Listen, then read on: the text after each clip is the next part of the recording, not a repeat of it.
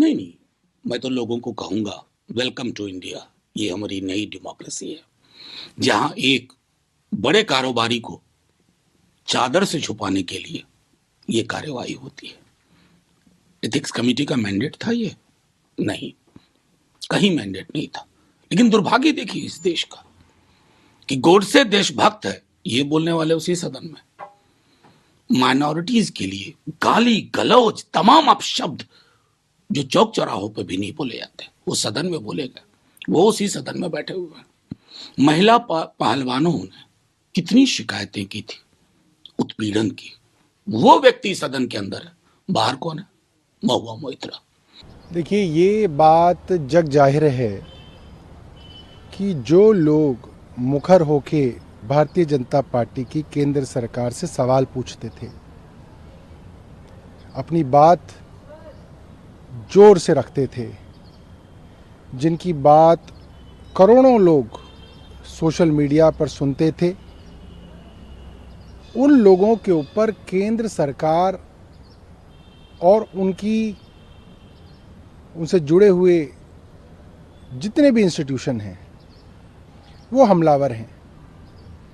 संजय सिंह जी आज जेल में हैं, महुआ मोइत्रा आज संसद से बाहर हैं।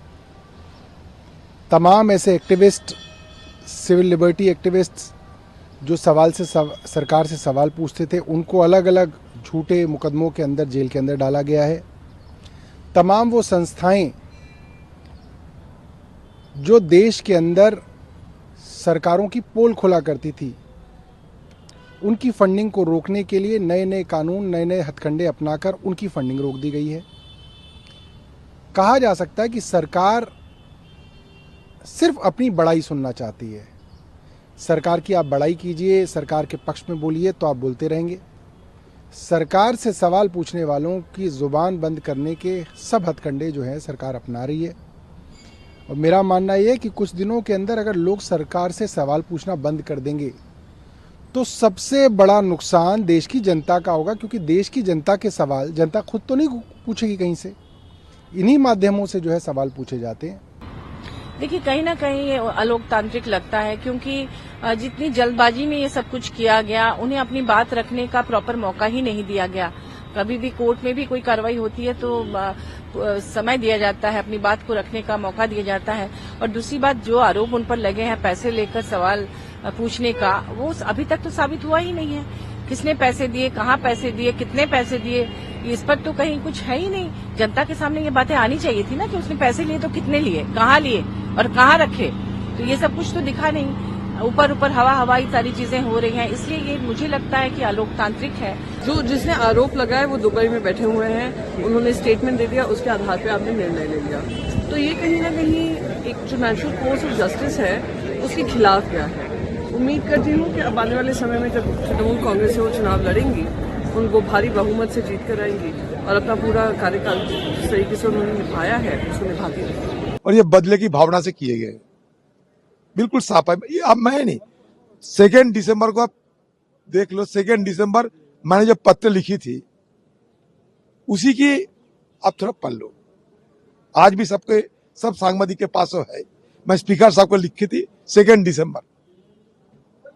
आज भी वही राय है मेरा।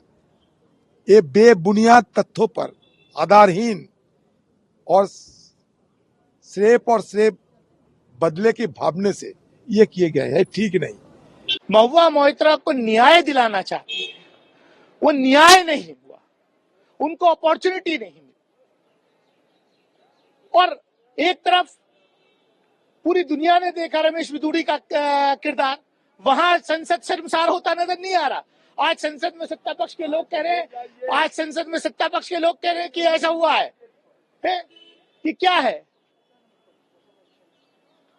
संसद की मर्यादा 21 सितंबर की रात को भंग हुई थी, जब रमेश बिदूड़ी ने वहां जिस तरीके की गाली गलौज की, और अब कह रहे हैं कि संसद की मर्यादा ऐसे भंग हो रही है। क्या बात है। आज गांधी और अंबेडकर की आत्मा रो रही होगी। हमसे जुड़े रहने के लिए हमारे YouTube चैनल को सब्सक्राइब करें और नई वीडियो की नोटिफिकेशन के लिए बेल आइकॉन को दबाएं।